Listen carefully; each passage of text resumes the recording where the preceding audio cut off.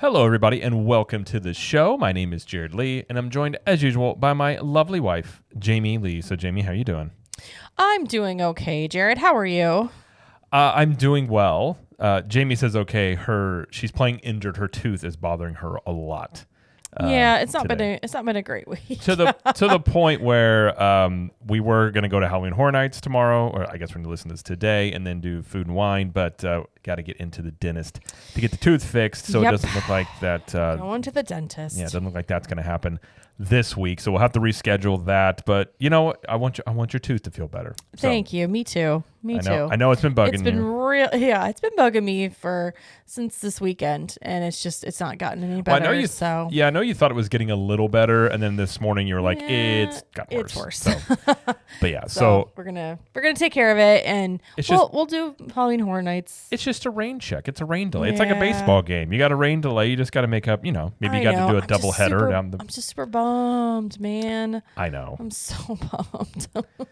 But I really wanted to go. The good news is it is September, and so this is your favorite. Well, is it your favorite time of year in terms of the pumpkin spice is back? Although you're more apple. Yes, I am more apple, and I have done the Starbucks apple drinks. Thank you for asking. You're welcome. But yeah, I'm more of an apple girl. I do like pumpkin. I do like September just because of like our anniversary is this month. That's true. And so that's nice. And like, it's still hot here. So it's not like it feels like fall. It is, but it's I like not this season. as bad. It's like high 80s, low 90s compared to pretty bad. Compared to July, it's not as bad as July. It depends though. If you have like a really bad hurricane season, it can be a lot more humid. Well, true. So it just depends. But I do like September.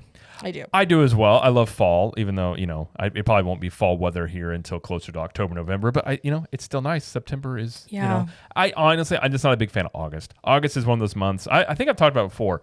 Being in Missouri, I dreaded January, February.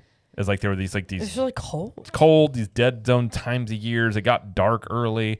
Now I enjoy those times of year here, but the one I still don't care for much is August. It's like, well, it's just that month that just hangs out in the middle there that's hot, and it's like right before fall. I don't know. I'm just not a fan of August. That's the only month, though. I understand. All the other ones I'm more of a fan of now. Okay, great. But August is like, how dare you, Jared? Yeah, I know. That's it for month talk here. Cool. Actually, no, because later in the episode, we're going to talk a lot about months. Well, I just mean in terms of a podcast, it'd be 12 episodes. And you just talk about the months and which ones you liked about. January. Why we love January. I guess that wouldn't be a terrible idea for a show. Like one episode per month, and you just go into like why you like or dislike a month. I don't know. Here's the history of why it's named. No. It'd be very NPR. I don't think it'd be very exciting. But, oh gosh. Yes. We'll try and be more exciting here, even with Jamie's she's gonna fight through with powering through this. Gonna power through. Mm-hmm. We have some news to talk about. There's a new Villains show that's coming to the parks, which we're going to talk about. Yeah. And then we are going to have a discussion about the best times to go to Disney in particular, and then our favorite times to go. So we're going to give some things have shifted in terms of how crowds travel now compared to how they did even probably 5 to 6 years ago. Mm-hmm. So we're going to talk all about that. But before we get to the news, just want to remind everybody, if you're watching us over on YouTube, please like this video, subscribe to the channel. And if you'd like to watch video versions of the show, you can head over to YouTube, and it's at ctmpodcast.com. It's our own channel there just for all of the episodes. And we also have show clips and all sorts of things, shorts and things like that. So you can check it out there. And we also have, of course, the good old-fashioned, trusty, traditional audio podcast, which you can catch on basically, at this point, probably 1,000 different places. But, the main ones being Apple, Spotify, those likes. But whichever ones you listen on, we greatly appreciate it. Please ask you to please subscribe and leave us a review, as we would greatly appreciate that and help us continue to grow the show. Greatly. And if you are looking for some fantastic shirts, if you're going to be going to the parks, you just want some comfy shirts for this fall and this winter, and if it's still hot where you're at, you can get some short sleeve shirts. Check out CTM Apparel. You can go to ctmapparelco.com. We have all of our shirts there. We have all sorts of shirt options. So on each design, you can do t-shirts, hoodies, sweatshirts, tank tops, whatever you want. If you're looking for a particular shirt that we don't have on the site, you can message us and we can probably get it out to you, because as long as our supplier has it, we can get it. But we have all our shirts are designed in-house by us. They're printed in-house by us. I tirelessly print shirts in my garage for your He does. for the customer's benefit. And they're I inspect them. They're hand printed and designed by us. We ship them out ourselves. So it is completely a homegrown operation that we enjoy doing. And they're also super comfy shirts. We print on very comfortable. Usually you can do comfort colors, 100% cotton, or you can do polyester cotton blends, whatever type of shirt you like, we can do that for you. And you can check out our newest shirts. We have some Halloween shirts that are back up in the shop. And we're going to have Christmas shirts out very soon. And just for being a lovely listener of this show, you can get 15% off of your first order by using the promo code FALL, because it's basically fall at this point. And that'll save you 15% off your first order. And of course, if you're a Club 32 member, you get 20% off year round. So you can also take advantage of that. But either way, go to ctmapparelco.com, check out all the shirts we have there, and get yourself some comfy and original shirts. Yeah. You can wear in parks or at home, wherever you'd like. Absolutely. So. All right. Well, let's get to the news. So like we said, the first news story we have is a Villains stage show is coming to Hollywood Studios next summer. Yeah, kind of out of nowhere. They announced this yesterday, or I think it was Tuesday. Basically say the creative minds at Disney Live Entertainment will transform Sunset Showcase into the mysterious, reflective realm of the Magic Mirror. The show will feature appearances by dozens of the most infamous evildoers, with fiendish foes Cruella de Vil, Captain Hook, and Maleficent, each breaking through the glass to take the stage in live production numbers. So this is going to be replacing Lightning McQueen Racing Academy, and it's going to be closing October 7th. So that whole area back there, I'm guessing, will become this Magic Mirror show. Yeah. I'm not surprised to hear this because...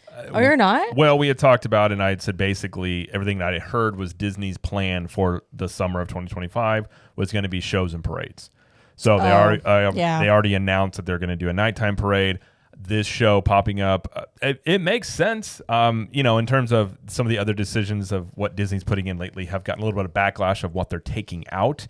Funny enough, I like Lightning McQueen Racing Academy. Our kids have enjoyed it, but it's a very simple show. It's basically it's all animatronic. There's no human element to it, but it's not the most popular thing back there. It's one of those things that you could watch once. Your kids may love it and want to do it more than one time, but like as adults, I don't know how many times it's like a repeatable show. It's cute, but it's not like a headliner. Well, and they don't really advertise it much. A lot of people don't even know it's back there a lot of times. It's true. So what's funny enough is this replacing that makes a lot of sense. And then I also bring up gives me, it's like, oh yeah, well, Cars is not the most popular IP, yet they're putting it in a major part of Magic Kingdom, but we'll talk about that another day. But this replacing this, I think it makes sense. And I've said many times, I think the Villains stuff that Disney has is one of the best, I guess you could call it, ideas or IPs that they can utilize. So I think it makes a lot of sense. I think this will probably be pretty popular. And I think we will probably see, I won't be surprised if we see a new show in each park. Okay. I could see that being, again, if they're going shows and parades route, obviously you have Epic Universe opening next summer, which is one of the reasons they're doing this stuff to try and combat that. Mm-hmm. So I wouldn't be surprised. The drone show at Disney Springs ended.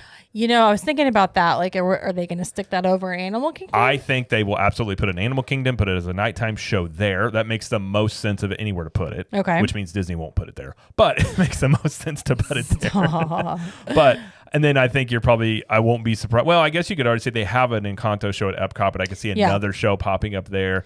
Maybe another one at Magic Kingdom or something. But I think they're definitely going to go more of this route because it's quick and it's cheap. And the stuff that they announced at D23 is not going to be ready anytime soon. So they're going to try and go for this, for this next summer, along with, I think, major discounts. When I started reading about this, I was like, oh no, are they going to replace the Beauty and the Beast show? That was my first thought. I was a new show's coming. And then no, it's just, taking out Lightning McQueen. So we're not gaining any new attractions. It's just we're making this one a little bit more popular. But yeah, it won't open until next summer, so we still have another year. I think this could debut in the spring, though. I could see that. Now, one thing that could happen, obviously, we talked about Monsters Inc. Land. It's going into Hollywood Studios, and Disney apparently doesn't know where they're going to put this. Apparently. But if they do put it in the animation courtyard and they take out all that infrastructure there for the employees, the Little Mermaid show was planning on coming back in that theater that's in that area. Yeah. They could move that to the Beauty and the Beast theater. And I think that could be I think that would be a pretty decent draw. So I don't think they're doing that. I think the plan is still to keep the Little Mermaid show where it goes. I don't think they know. Because if you look at it, everything I heard, The Little Mermaid was announced back earlier this year. It was going to come back to that theater. Yeah, and then they announced they had a little more information in June. Right. So and the Monsters Inc. land, from stuff I had heard, was almost a late edition. They kind of decided to do that late in terms of announce that and do that land. So if they don't know where it's going, that may override the previous plans that they had for that show. But I do think the Little Mermaid show would be popular. Now, I don't know if it's feasible to put it in the Beauty and the Beast area, but I feel like it would be. I don't think so because of the nature of like the lighting and the puppets and stuff. It's possible, but I definitely think I won't be surprised if that show somehow, if they do put Monsters Inc. land in that area, that show pops up somewhere else. Okay. Because I do think they're going to go more shows and parades and stuff like that. So I mean, I think you're right about that. Definitely more shows and parades. That just seems to be a good thing to put in. That's not filler, but just to keep everybody kind of going until things are done. It's really the only thing they can do. I know. I mean, probably I'm not complaining though. I'll take it. And I made a video and talked about it on the YouTube channel that I actually think it's pretty smart for. I don't think you're going to sway anybody that is. Let's say someone's really interested in going to say Epic Universe. I don't think you're going to change those people's minds, but I think things like this play to the built-in audience that they have. They like this kind of stuff. So if you have people that are into your brand, this maybe keeps them from venturing over there, or if they do go over there, they come back. They don't, they don't become, going over there exclusively. So I don't think it's a bad play. I think they could probably do more meet and greets as well. Yeah. Honestly, they need to do more Streetmosphere. They just need to go. Oh my gosh, yes. They need to go all in on this stuff because again, if none of these attractions are going to be ready probably for 5+ years would be my guess. So you might as well get back to doing the Streetmosphere. You're probably going to have heavy discounts and shows, and hope for the best if you're Disney in terms of Epic Universe doesn't have that big of an impact and you can get through this time period and then, have your stuff open would be your ideal scenario. Yeah, I agree with that. Well, I'm glad. Okay. All right, that'll be it for the day, guys. See you guys. No. We agree on everything. All right, we'll move on to the next story there. Unless you have anything else you want to add about it. No, you're good. All right, next story we have is beginning September 9th, Tron Light Cycle Run will use a standby queue. Yeah, I mean, there no more virtual queue after that. Single pass Lightning Lane is still available to purchase. That hasn't changed, but they just won't use a virtual queue anymore, which, to be honest, it doesn't really need it. It was one of those that, while it was new and in its opening phase, a virtual queue is a good idea, but I don't think it's busy enough to need it. Not like Tiana's is because it just opened, and then Guardians is still under a virtual queue. It's been 2 years. Yeah, that one is perplexing as to why. I'm wondering if it's just the actual standby queue isn't quite long enough. Maybe I know they put that extra stuff outside for in case they did take the queue outside. Yeah, they did, and we thought that maybe they were going to standby. It didn't happen. Yeah. The only thing I can say about Guardians is that just through the grapevine, just hearing things here and there, is that it still doesn't run 100%. So like it still will go down. We just wouldn't know it because of the way they do the groups. Right. Kind of like Tiana's, where it's not as like vocal as Tiana's is, just because it's an older ride, I think. But well, it doesn't go down near as much as Tiana's. It doesn't go down near as much. I think it's more of a, honestly, I think it's more of a control thing. With boarding groups, you have people that like, okay, I got a group, I'm still not guaranteed to get in line, and they're not like wasting their entire time standing in a standby queue. So I really do get that. And like, honestly, I'm okay with it at this point because I don't want to have to wait in that line for 2 hours. I think some of it is too, they want a high demand ride to be part of the virtual queue because I think that's what they want. And I think with Tiana's and the Tron doesn't need it. Tiana's doesn't actually need it for the standby. It's just the fact that ride goes down all the time. So they do this. I agree. They did this for Rise for years, Rise of the Resistance, because it went down a lot. So the reason being is if you have a full queue of people and the ride goes down, you have to evacuate that entire queue of people, which is a lot of people on a lot of these rides. Plus, those people are probably going to get fast passes or also, whatever else. Versus if you have groups of, let's say it's a couple hundred people that are in each group or whatever. It goes Yep. down. Just those group of people get escorted off, and the rest of the groups are just on hold. So that's one reason they do that. But I am curious how many people actually like the virtual queue, given you have to get up so early to get it. But, it also probably ensures you're going to be able to ride an in-demand ride there. So. Yeah. But either way, you no longer have to do it for Tron, so we'll have to see what the wait times there look like. Starting Monday. So Monday will be the first day. I am curious what the wait times will end up being for that. I think that we'll see maybe the standby for other rides not be so bad. Like, I think maybe Seven Dwarfs won't be as bad because it'll pull people over there. Mm-hmm. Same thing with like Space Mountain. Like, I think maybe the roller coasters we'll see maybe not as big of a line versus because of Tron. Well, I've often wondered with Tron.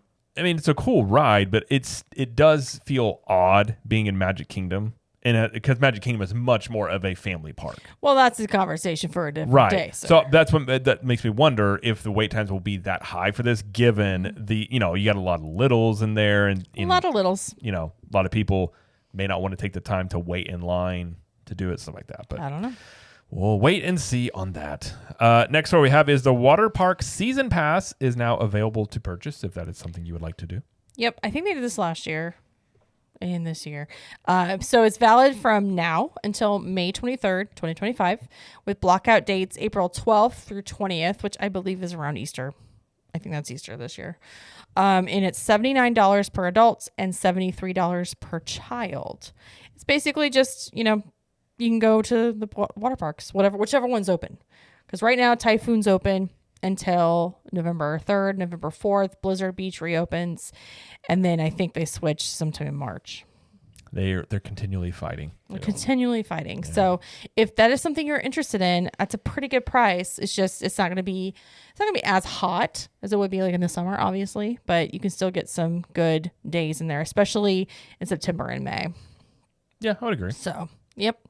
That is available. All right. Next one we have is all September dates for Mickey's Not So Scary Halloween Party are sold out now.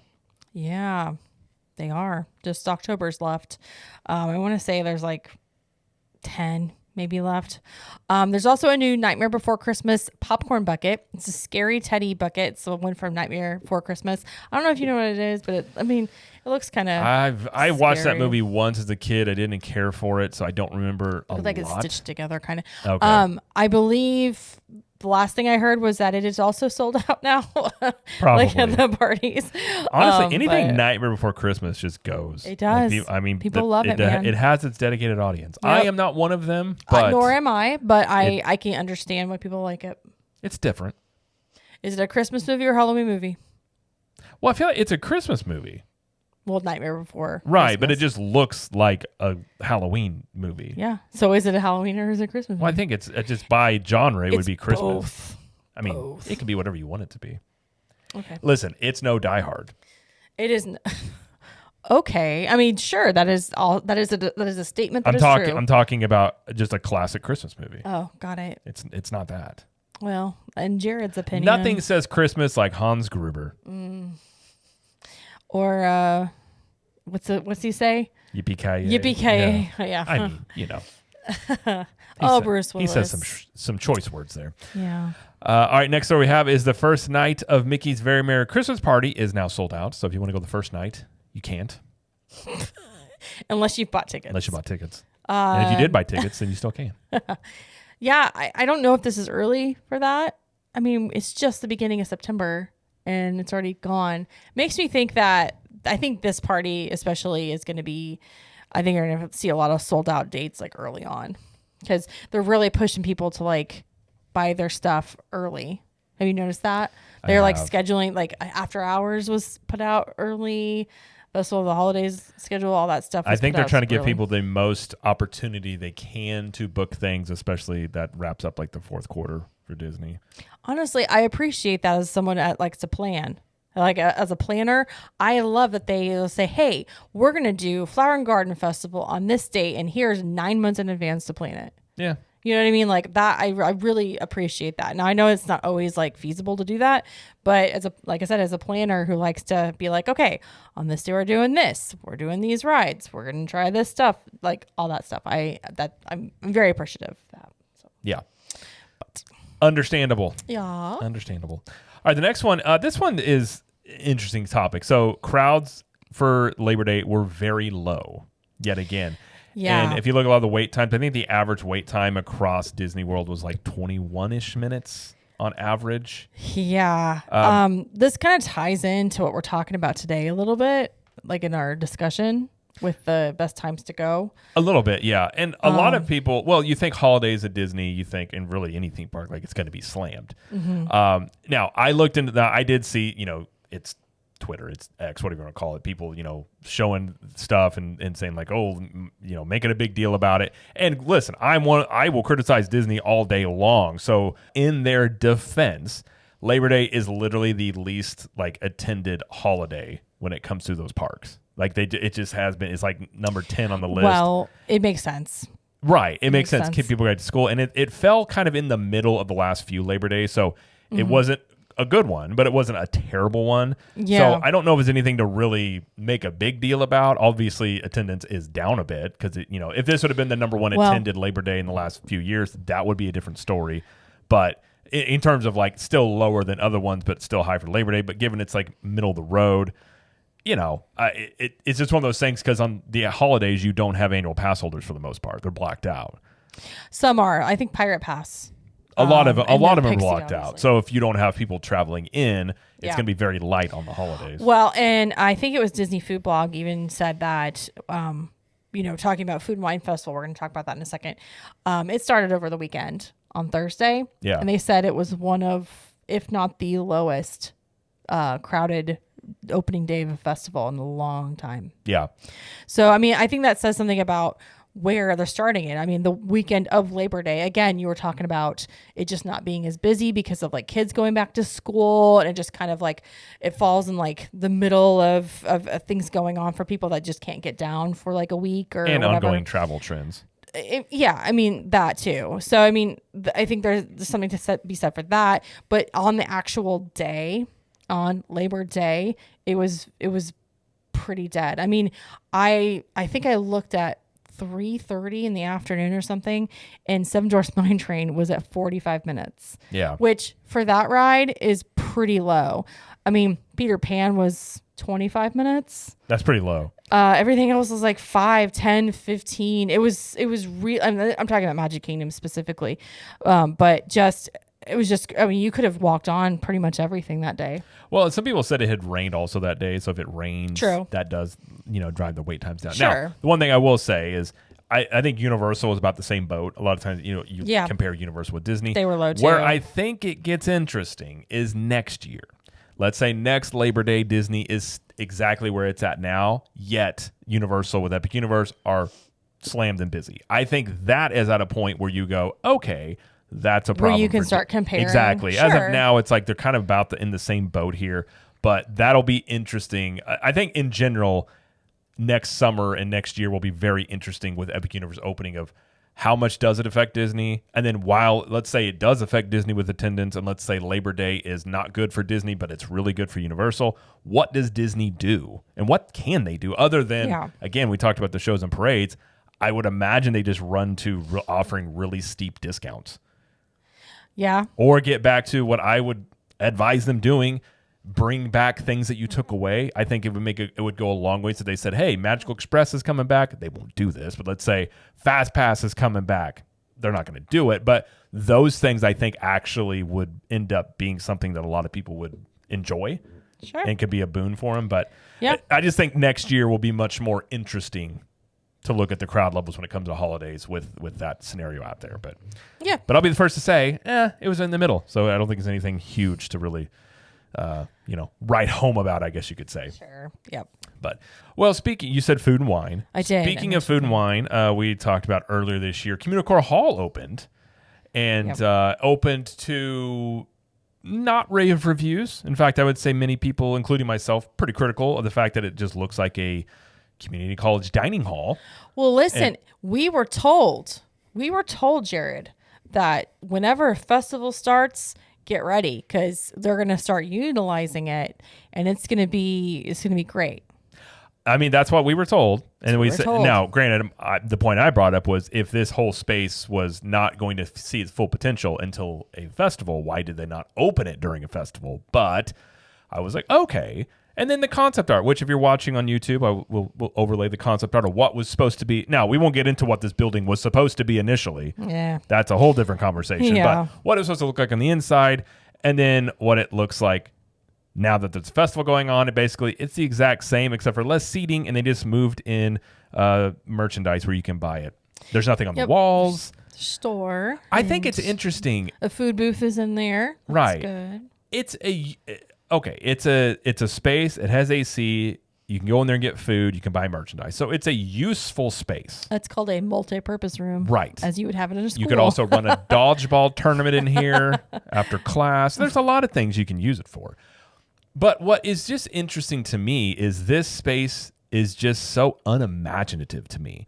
Mm-hmm. In fact, after all the criticism they got about Communicore Hall and when it opened, and we have been in there, yes, you can sit down, which is great, especially in the summertime, have it take a place, have AC, but it's so bland. Again, I'm not even exaggerating when I say it just looks like a community college dining hall. Yeah. So you would think, okay, they got a lot of criticism. They're going to really make the place spruce up, do some stuff. I mean, you could do things on the walls here that would at least give the idea of an effort. And there's nothing on the walls. There's no projections. Now, I guess at night it does have mood lighting in there, which I have mood lighting in my office as well. So I don't know how much of a feat that really is. But I'll just say in terms of Communicore Hall, I think it's still a pretty big letdown in terms of what it was supposed to be, and the fact that this was supposed to be a space that sets up Epcot for the next 10 to 20 years for festivals. Yeah. Yes, there's going to be festival elements in there.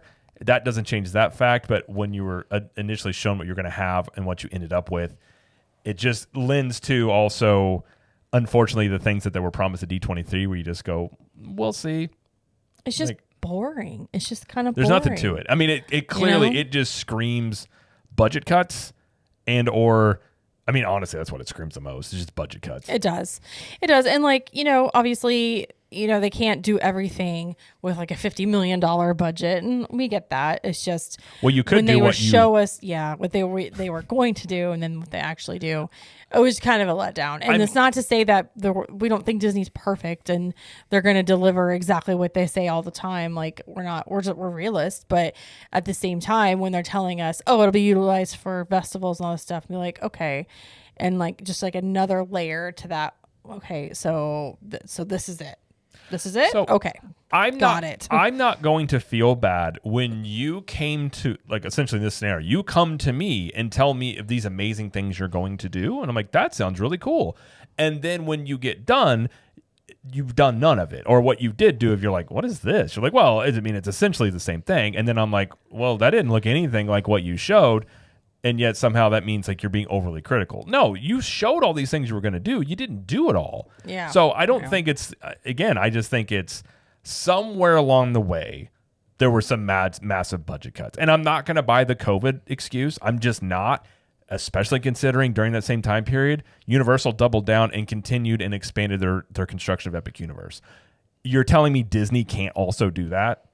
They clearly could. They decided somewhere along the way that it wasn't worth, maybe the juice wasn't worth the squeeze, you could say. They didn't want to spend the money because they figured if we spend $10 million or $40 million, we're going to get the same out of this building regardless, which I'm not disagreeing with that argument. The issue you have, though, with that is when you already showed everybody what you're going to do.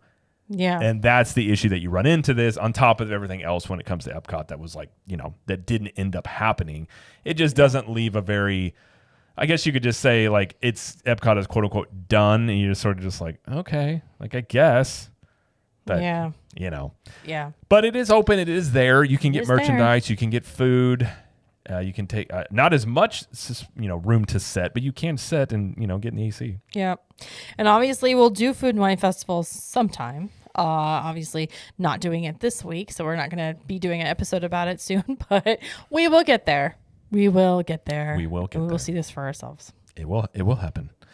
But that is going to do it all for the news. But Jamie does have a poll time. Poll time. It's poll time. Tell us what you think. Every opinion counts. Come on and link. We're discussing it all. We're taking a stance. Poll time's the segment.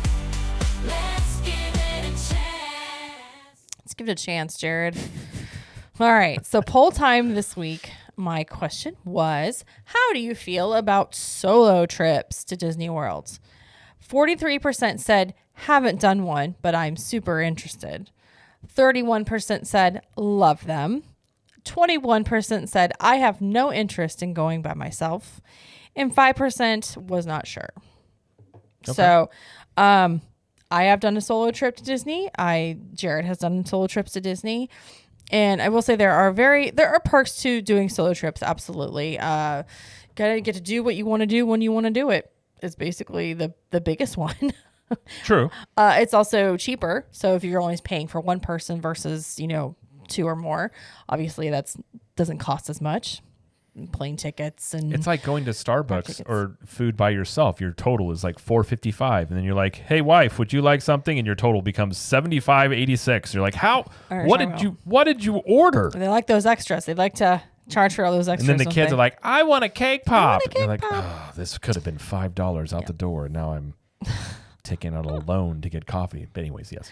But yeah, so a lot of people kind of agree. They're like, okay, I haven't done one, but I want to, or I love doing them.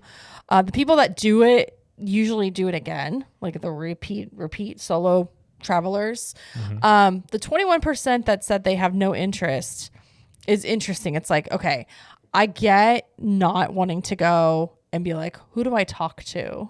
I mean, I You know what I mean? Like, I don't want to talk to anybody I don't know. Yeah, it could be it could be awkward if you're not really. I get too. Like some people just aren't really comfortable in like unknown circumstances. I guess you could say. I feel like I do.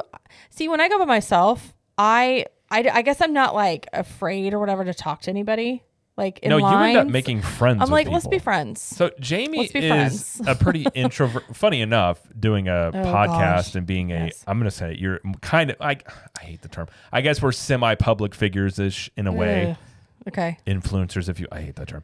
But what's funny is Jamie is very much an introvert. I very much. But if I leave her alone in a line, I come back and she's made friends with like 15 people. Whereas I'm very like talkative and people come up to me. Yep. I do not talk to people unless talking to. Like if you see me in the parks, please come up and say hello. I will talk to you. I will be glad to say hello. It's always great. But I just keep to myself for the most part when I'm in those lines. But Jamie makes friends. Listen. I am a middle-aged, 40 years old woman who loves Disney. I mean, like I try to make myself approachable. Like I feel like I'm nice to everybody. I'm welcoming. Like I'm not gonna like look at you like, oh, don't look at me or whatever. I like kids. I like everybody. And so like I feel like I'm very non-threatening. So people are okay, like feel comfortable talking to me. True. At least that's how I feel. Like I don't come off as like being like aggressive. I feel like this is somewhat of a personal attack against me. I don't know if you've seen yourself or you've seen your face, but you give the RBF or whatever. RBF. Resting bee face. What type of bee? You don't know. You know what I'm talking about. You know what I'm talking about, me. Like the guy version? Yeah. Oh. Just like get away from me. Okay, if I do, Give me my if I do space. have this face in public and you see me, don't let it deter you, because for the most part, I think it's just a simple baseline operating mode that I have or something. Like That's what that means. My concentration RBF. face though is that. I think sometimes when I'm thinking or concentrating, but anyways, okay, fine, fair enough. No, if you're wanting to know the difference, that is it. You're not as approachable as I am. Fine. Fair enough. So I tend to talk to people all the time. So solo trips for me, I mean, are fine just because I'm like, I like being by myself, but I also am like, oh, if I want to talk to somebody, I will. If I want to be friends with them, I will. No big deal. I mean, I've done it more for just getting certain specific types of content. So more like on a mission sort of thing. Sure. It's not as much about a leisure as, here and there. I've done that before, but for the most part. However, watching fireworks by myself, that's the worst. I don't like that at all. You did tell me that. I don't like that at all. That makes me very sad. So that's the only thing I wouldn't do on a solo trip is watch the fireworks. Or, I mean, I probably would watch like Fantasmic by myself and be fine. But Happily Ever After, nope. I will not. Nope. I will not. I will go ride some rides while people are enjoying the fireworks so that I wouldn't be able to deal with it. Okay. That is meant to be shared. All right. Shared experiences. Anyway, so thank you everybody for participating in the poll this week. I will have a new poll next week.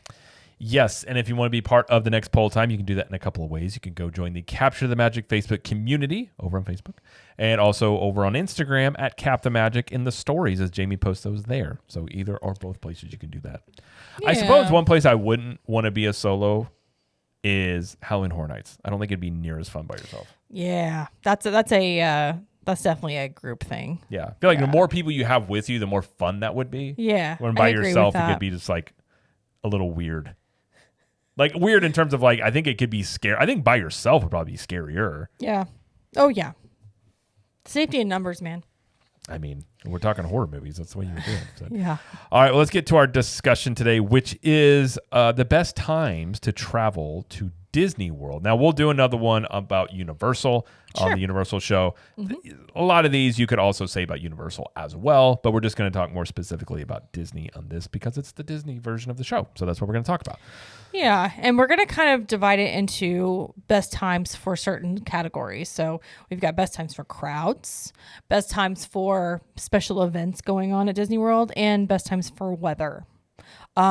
Pricing kind of goes into some of these, so we'll talk about that too. And then we'll talk about our favorites, our favorite times to go, and also the worst times to go too. Yes. We'll cover it all. But we'll start with best times for crowds. Okay. So if you're wanting less crowds, the number one Number one. the number one being weekdays minus school holidays. Those are still going to be your best bet. Generally speaking, yeah. Generally speaking, for lower crowds. The weekends, obviously, you have more pass holders that come, locals. So the weekdays are, if you're going at a certain period, no matter what, during the week is going to be your best bet compared to the weekend. Yeah, Monday, Tuesday, Wednesday, Thursday. Friday is busier. But definitely weekdays. If you can make your trip work to where you take some of your rest days on the weekend and do most of it during the week, you'll see the lower crowds. True. For sure. Yeah. Second one is the summer, which I didn't think I'd ever say that. But for crowds, the summer has been pretty good the last couple of years. Yeah, actually 4th of July is one of the lower holiday in terms of attendance wise, that was the next one. Which is funny enough. You wouldn't think that in years past, but I think there has been a shift in terms of, I think a lot more people in terms of their jobs, like, remote working is more of a thing now. And I think a lot of people are more willing to take their kids out of school. Because before people went in the summer, that's when you had your summer vacations. That's when you went. Exactly. So I think a lot more people, which I completely agree with, are willing to take their kids out of school to go on a family vacation. So stuff like that. So I think and I think also too, is it's just almost in the zeitgeist of summer is busy. Don't go in the summer. And it's almost, well, and granted too, it is also hot. It's very hot. It's almost reversed now to where the summer is actually one of the better times to go crowd-wise.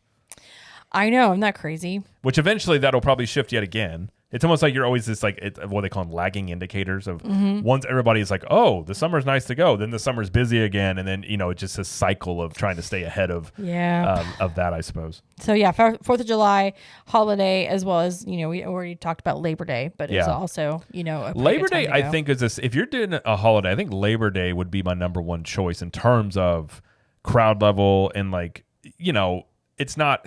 It's still going to be hot, like we said, not as hot as say like mid-July, but maybe a little cooler sometimes for Labor Day. Well, in the last week of August is notoriously one of the cheapest weeks to go as far as like hotel prices go. Right.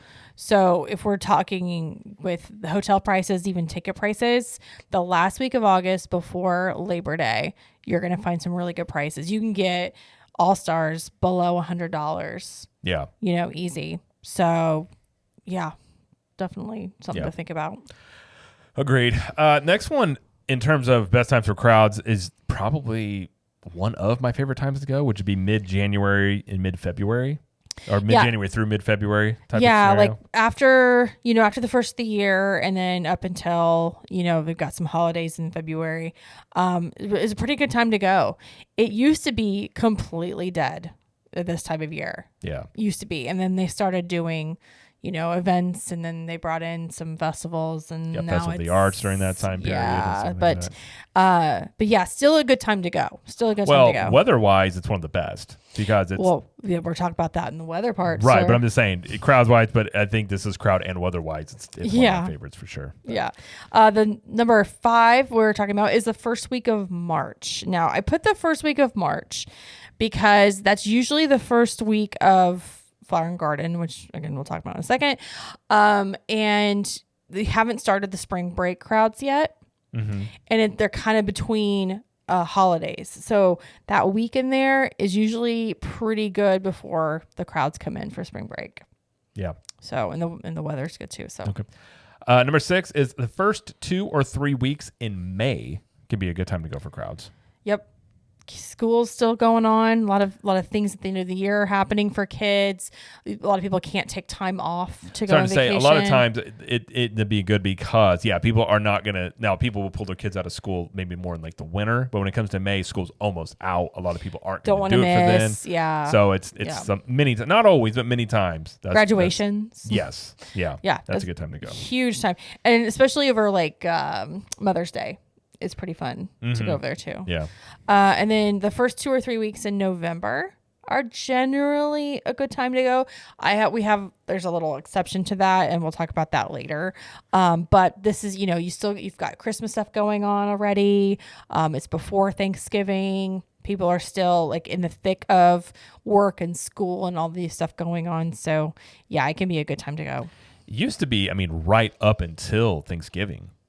Now you get close to Thanksgiving, people start coming in, but it used to be like you could be there right before Thanksgiving started and it was still pretty low crowds, but not as much now. But and we were talking about the price just real quick, like ticket prices for if you buy like a 4-day or 5-day park hop or whatever, it is tiered depending on your first day. Right. So it didn't used to be like that. It used to be like one price for 4-day, 5-day, whatever. And now it's tiered based on how busy they anticipate it being. And so if you're going to have a lower anticipated crowd day, then it's going to be cheaper for you. So that's something to think about is look at those lower price tiered tickets and you'll know when the crowds are going to be lower. So sure. They kind of almost had a built-in, it used to be a thing, not as much now, but it used to be a thing years ago of crowd calendars. People always wonder about crowd calendars. They still have those. They have them, but Disney kind of does them for you now because they just look at the ticket prices. Yeah. They're in it to make more money. So it's like when they're anticipating high demand, they're obviously going to charge more. When they're anticipating low demand, they're going to charge less. So you just look at the ticket prices, and that gives you a pretty good indication of at least what Disney thinks. Yep. That, according to all their data they have, and they have tons of data. So that's a great way to look at, anticipated lower crowd times as well. Yep. So sure. All right, let's move into talking about the best time for events at Disney. Best times for events. So, talking about Flower and Garden, first week of Flower and Garden when it starts. Also, the last couple of weeks of Flower and Garden, which kind of plays into what we talked about, the first couple of weeks of May and the first week of March being the best time. So the beginning and the end of Flower and Garden are the best times. Yeah, in the middle there is the busier time. But yeah, I would also say next one would be first 2 weeks of Festival of the Holidays. If you love the Christmas season, obviously the closer to Christmas. Christmas is one of the busiest holidays, if not the busiest when it comes to Disney. I don't know if it's the busiest or... It is the busiest. Okay, I think it might be. I knew it was way up there. Yeah. So going a little bit before that, the first couple of weeks of it, or first, especially the first 2 weeks, is going to be it's not going to be maybe low crowds necessarily, but the least amount of crowds for the Christmas season. So if you're wanting to go during Christmas, that would be your best bet in terms of that time period. Well, Festival of Holidays usually doesn't last more than 4 weeks, sometimes 5. Depends on Thanksgiving. It depends on Thanksgiving. So this year, Thanksgiving is late. It's on the 28th. I think it's the latest it can ever be. And the festival starts the 29th. So it's the day after. So you've got a couple weeks in there before school starts getting out. People start taking their Christmas vacations, and, you can still get some good, lower crowd time in, and but still great time for the event as well. So yeah. The next one is Festival of the Arts, which we talked about already. First 2 or 3 weeks of this. Still, we're looking at January. Great time to go for weather. It's great. The festival is. Mm-hmm. It may be. I'm almost on your ballpark where it may be my favorite festival now. Like it's a great so festival. Fun. And February, we didn't include February as part of like a good time to go for crowds, just because it's pretty busy in February now. Like it used to be pretty dead, and that's no longer the case. There's just too much going on in February. Yeah. But yeah, so first 2 weeks of Festival of the Arts is a good time in January. Agreed. And then you have Food and Wine Festival. That's long. Where do you pick and choose? Right. You can find. I mean, typically, like I would say, how it's starting right now is a good time to go because these are some of the lower crowd levels. Again, school's starting back up. People aren't traveling as much, so this little time period, kind of right now, early part of September. It is so hot though. It is hot, but It is if you hot. just want to do a Food and Wine Festival, and if you want that hot cheddar soup in the middle of September when it's hot in Florida, you can do it then. I don't want it then. But November, come the last couple of weeks of it, it's a great time. Well, you could also time the first couple of weeks. Yeah, the first couple of weeks in November, you could do that as well. Maybe lower crowds. and things Absolutely. Like that. And speaking Absolutely. of food and wine and the weather, is that a good time for it? Halloween time, which technically starts in August, I know. which is insane. I know. But It's such a popular time to come because of Halloween. It is. October. Okay, I'm gonna put this as a caveat. October's a great time to come for the Halloween stuff to get you in the mood, but it's not a great time for crowds anymore. It's become a very busy month. Yeah, I think if you want to do the Halloween stuff, and you don't, if you want your Halloween fix, but you don't want to go when it's the busiest, going in August or September is not a bad time to go. You have the Yeah. Halloween stuff up. There's Halloween true. parties. Granted, you're going to be sweating through your costumes and everyone's going to be hot, but once the sun goes down, it is better. It's not. And I'm sorry, but the last 2 years we've done that as like the third event of the year in August, and both times were not that bad. It depends. You get lucky and it's not too bad. And like I said, if Yeah. you go at nighttime, like it's still going to be humid and warm, but it's not.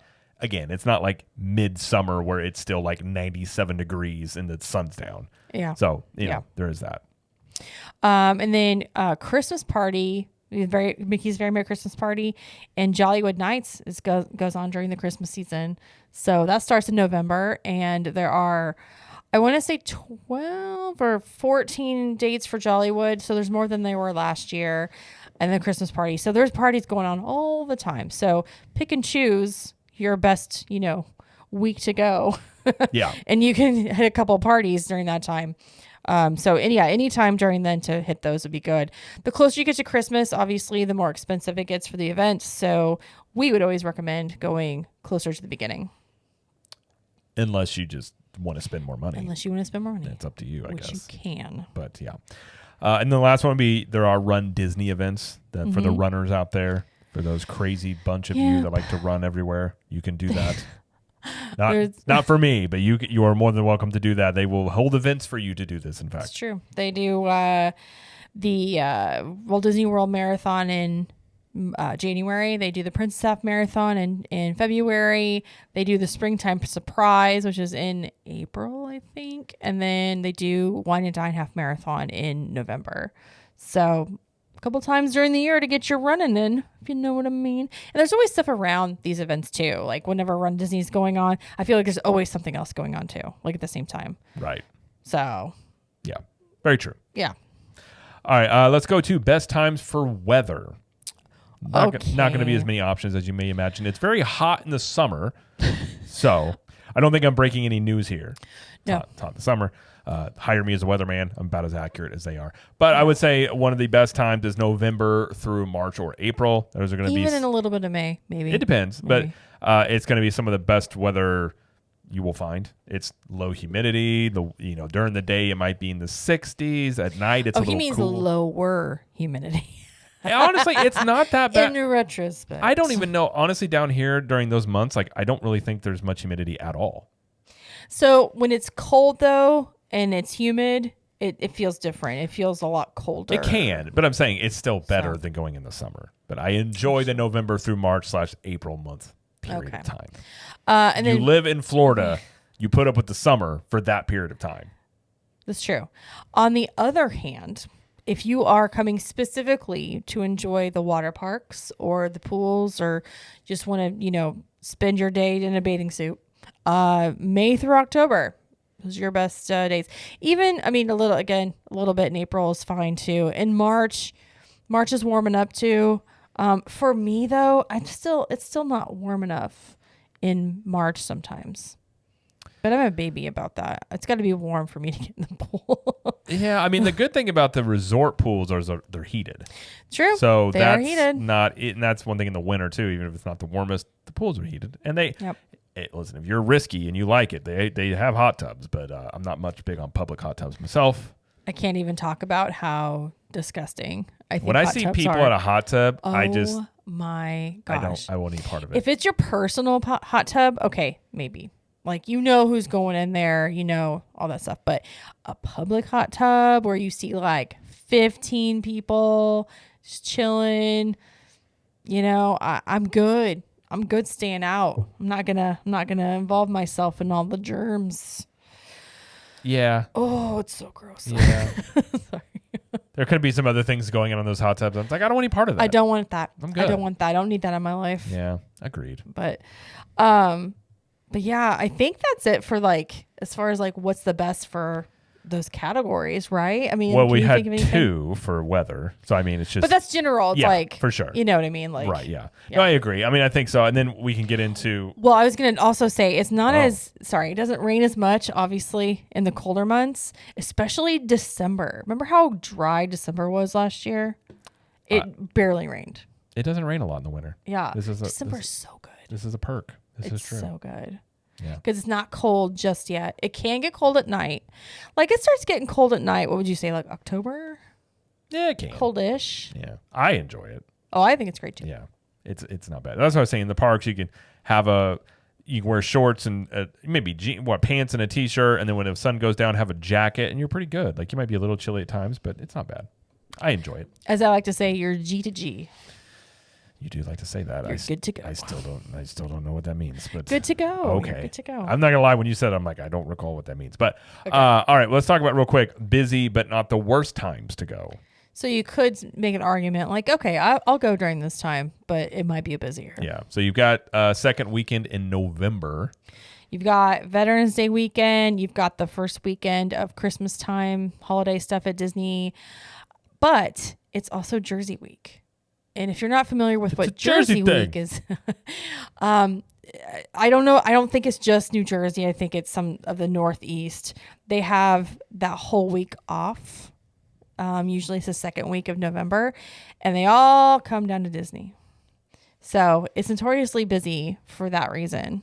But again, with all the other stuff going on, it's okay, well, maybe I'll just sacrifice the crowds to experience all this stuff. It's also the Food and Wine Classic at Swan and Dolphin, I think, It would be going on during the same time. So, yeah, again, it could be busy, but, it may not be that bad. Right. Also, the next one would be weekends in general are definitely busier than weekdays. Some weekends worse than others. I would probably avoid most holiday weekends. Right. Those are going to be very busy, especially with locals. So, yeah, certain weekends, again, they're going to be busier, but it depends on the time of year. So if you go in one of the time of years, which we mentioned before, that are less crowds, the weekends there won't be as bad compared to, let's say around Christmas. Saturdays at Epcot during a festival are pretty bad. Epcot is the one I think, obviously, it's a date spot for people. It was like a party atmosphere. So if you're in Epcot on a Friday, let's say you're there for most of the day, you will start seeing around 4 o'clock. The locals show up because they're dressed up. And then within Sometimes they are. an hour or 2 hours, it will be just jam-packed in World Showcase. And then People on dates, people drinking. Yeah. people taking out loans to drink, It's expensive parks. to tour, to drink around the world. showing off how much money they have by ordering 5 drinks. I got so much money I can't keep drinking. How do you even afford that, sir? All right. And then the last one we'd say, busy but not the worst, would be weeks around Easter. Sometimes those can be not as bad. Yeah, it depends on when Easter falls, though. So, It does. this past year, 2024, Easter was on, I think it was the 31st of March. So it was pretty early. Yeah. It was still in March. And so we had a couple weeks of no Easter, but it's still like spring break. So April wasn't as bad. But like for 2025, Easter is, I want to say April 20th. Is that right? I think so. So in that case, that being later, it kind of elongates the spring break season. And Yeah, I think it's that'll the make 20th. it. Yeah, it's Yeah. April 20th coming up. So we'll see what happens. But yeah, it depends on when that falls. So Yeah. it could be, could not be. Yes, indeed. So that was our busy, but not the worst. And now we're going to talk about the absolute worst times, and at least for crowds, and like our personal opinions on when to come. Yeah. So number one, like I mentioned, weekends around a holiday are typically some of the worst. Those are going to be the busiest times for sure. Epcot, Martin Luther King Jr. weekend, pretty busy. Mm-hmm. You Yeah. want to avoid that. Last 2 weeks of December, school is out. Christmas is in full swing. New Year's is coming. People a lot of times take their It is. vacations during that time period. Yeah. There's a lot of people, especially like teachers or people in education, can't go any other times but when school's out. So this is a popular time to do it.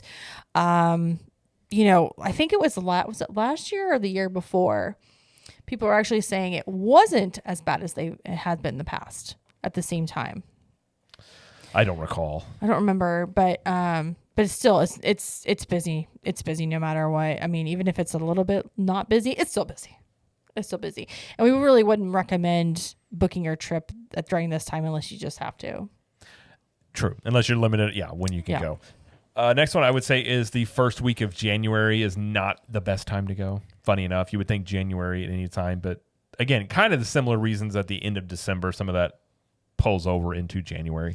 Yeah, and annual pass holders are still blocked out until the 3rd or 4th this year. I think we are. Yeah. So we can't even go, which means it's pretty busy. And then you've got the marathon coming up like right after that. So there's just so much going on. They started putting in a lot of those marathons during what used to be the slow times, and then that has made those slow times become busy times. It's true. So It's true. The next one is mid to late February. So this is a popular time to go because it's President's Day weekend. You've got I think it's called winter. I think they just call it winter break or winter season or something for like the Northeast. They usually have like at least four days off from school. So that's a big time for them to come. You got Princess Half Marathon in there. You also have sometimes Mardi Gras falls right in there as well, but it's around that time. So mid to late February can be a bear. It can be a bear. and bears are the worst. Bears are the They're terrible. It's true. You don't want to deal with that. Except for sloth bears. Sloth bears are good. Nah, just put them all in the same bear category. They don't eat people. Well, They eat berries and nuts. And, have you fooled. okay, well, they don't, but But the last one, and I think this would be a pretty no-brainer, as one might imagine, which is the weeks of spring break for Florida and Orlando in March. I would avoid those. Here's the thing, even when I was in high school and college, I avoided spring break time periods because I didn't want to be around that then.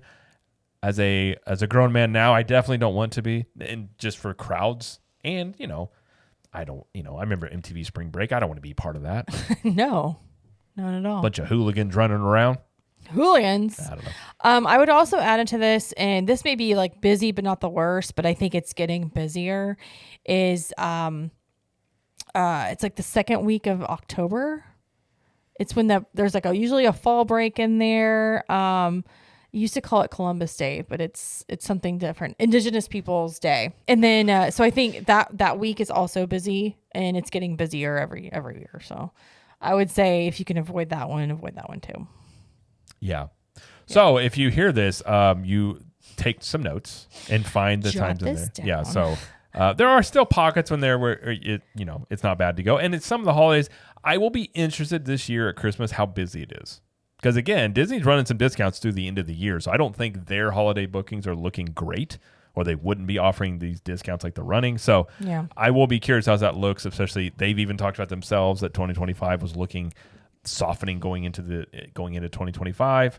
So it'll be interesting to see how that looks this year. I'm sure the parks are going to be busy on some level. Yeah. It's just in terms of, comparatively to the past and things like that. But What's your favorite time to go?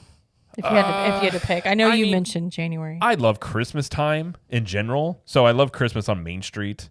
It's always been, we lived in Missouri. We usually came down the second week of December. That was kind of when we used to do that. I like that. Now, in terms of just for sheer weather and crowds and everything, I would probably say that January, February time period is just nice. Like the crowds are typically not terrible. You got Festival of the Arts going on, which is a really great festival. So I would say those two. What about you? Okay. I would have said, if you'd asked me like 5 years ago, I would have said second week of December. I would have said second week of December. I'm going to change my answer because second week of December has become busier. More people are going then, and that's okay. But I'll change my answer to the week before Thanksgiving. Okay. And I say that because you still have food and wine going on. You have all the Christmas stuff at Disney World, and Universal Studios has started theirs as well. You've got the parties going on.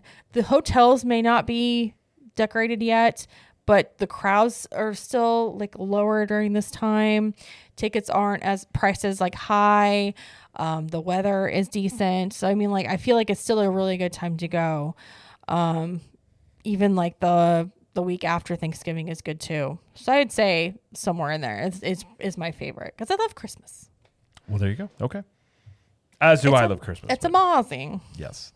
So, well, hopefully that list helps you if you're looking at looking for good times to go. If you have, a pretty flexible schedule, you can find some pockets in there. And like I said, your baseline, just go into like the Disney's calendar and look at what the lowest price tickets are, and that'll tell you the lowest, crowded times basically to go. So yeah, that's a good way to go. And we do on the show, we try to give you like tips and tricks of how to manage the crowds and what to do if it's too crowded or whatever. So even if you can't go during a time that's maybe lower crowds or the weather's not the best, you can definitely make the most of it.